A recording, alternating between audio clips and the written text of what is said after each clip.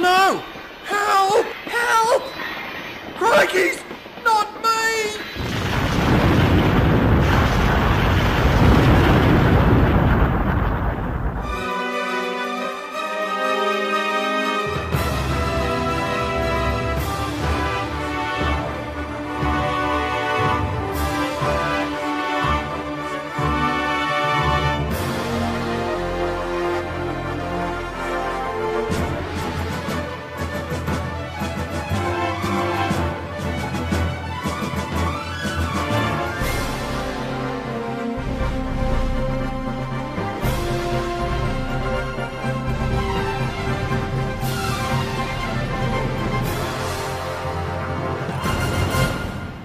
Railways have always used coal to keep everything on the move.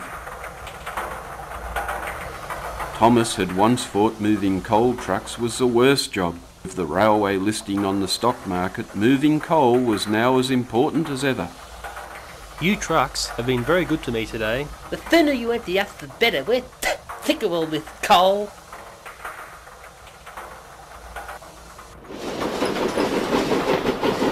Thomas headed away from the coal mine into the open country.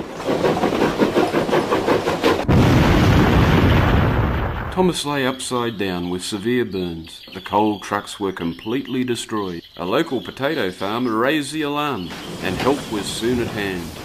Earl arrived, bringing Jim the crane and the fat controller. Well, I've seen some accidents in my time, but this is no accident. I'd say there's been a bombing. Thomas was gently lifted onto the flat rail car by Jim. With the coal mine now shut off, I'll have to ration the coal until the line is repaired. There'll be a special meeting at the sheds later.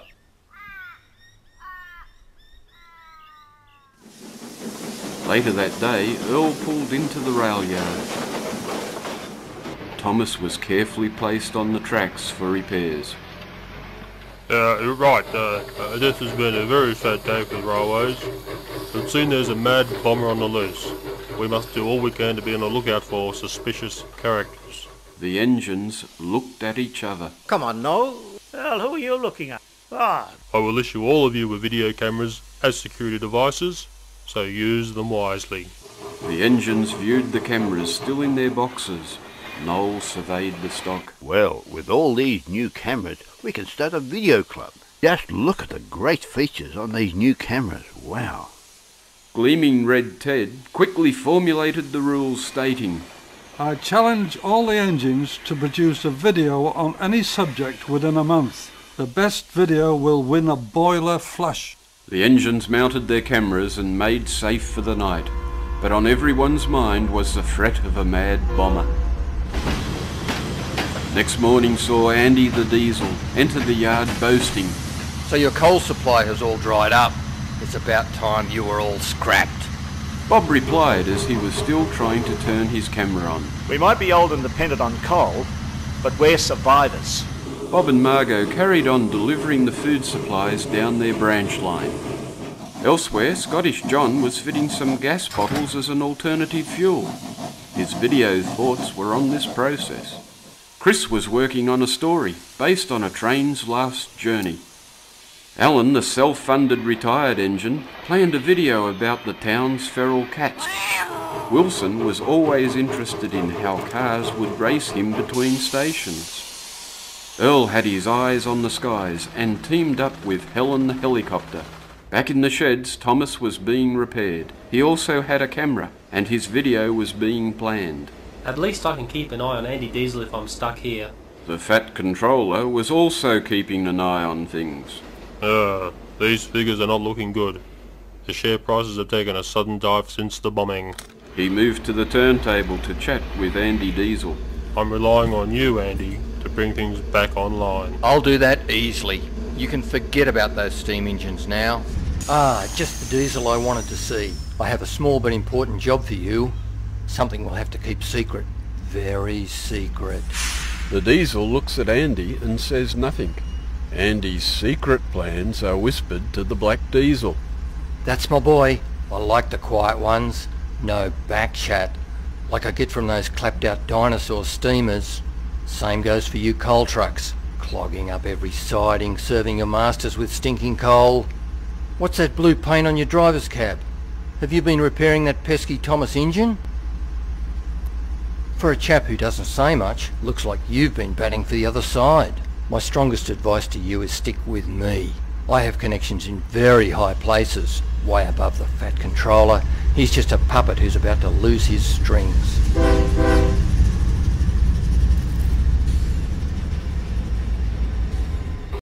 2 weeks had passed and the engines assembled at the rail yards. Off in the distance a storm was brewing, so all the engines packed into the sheds. Thomas was almost repaired and was being fired up to check for any boiler leaks. The fat controller made a brief announcement.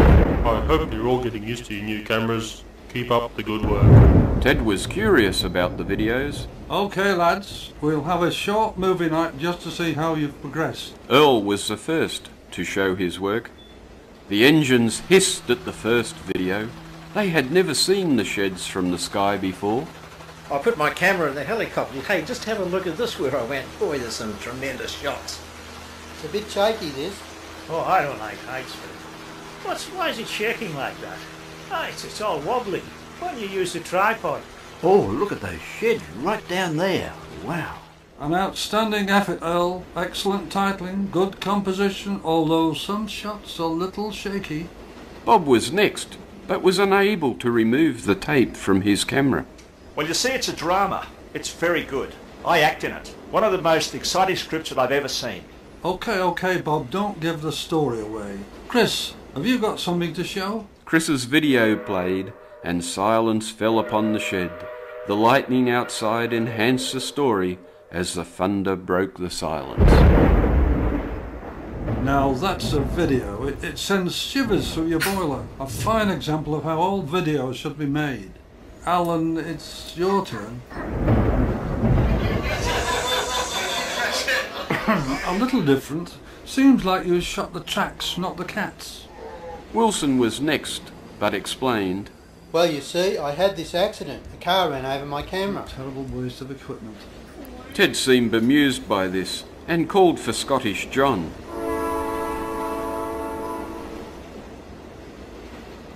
I'd like to tell you all about LP gas. It's very good to run your engine on. It's clean, but most of all, it's cheap, and that's what I like. Yes, a solid industrial video, John. Well done all. Then from the corner, Thomas whistled. Ted, I have a video. Well, it's sort of an animation. Can I show it? Animation?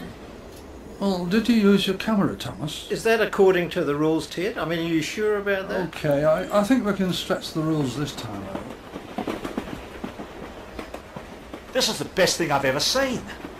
I think I see something. What's that on the turntable? Noel steamed forward, asking for a replay at reduced speed. Come on, Noel. There's nothing. You got to be joking. I can't see a thing. You've got to be I didn't see any of that. What do you see, Noel? I think that's a bomb on the turntable. A bomb? Don't panic, everyone. I can get it. Thomas steamed out of the shed. His driver placed the bomb on the running board and headed down the main line. If I am quick, I'll save the railways from certain doom. It's no good being on the main line. I'll have to find a siding. Thomas didn't see that the points were set to go into a work shed. Oh no! That's Andy Diesel's shed. I'll never stop in time.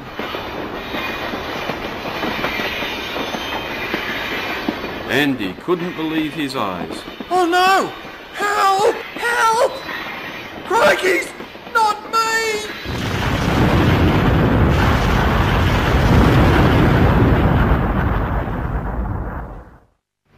The next day saw Thomas once again being lifted into the shed for repairs. Well, Thomas, you saved the railways and your video showed the bomber hard at work. Just then, the fat controller arrived with the police. I've heard the mystery of the bombings is solved. That's right. Thomas had a video of the turntable while Andy Diesel was in the yard. I noticed a suspicious character lurking near his fuel tanks, and we believe that character is you. The policeman holds the fat controller. We also noticed you manipulating the stock market, selling shares just before the first bombing and buying just after it. Right then, you're coming with me. Thomas, your video was the key to saving the railways. Your brave actions also ridded us of that lazy diesel. Thomas's video went on to scoop all the prizes in the video competition. It just goes to show that a little video can go a long way.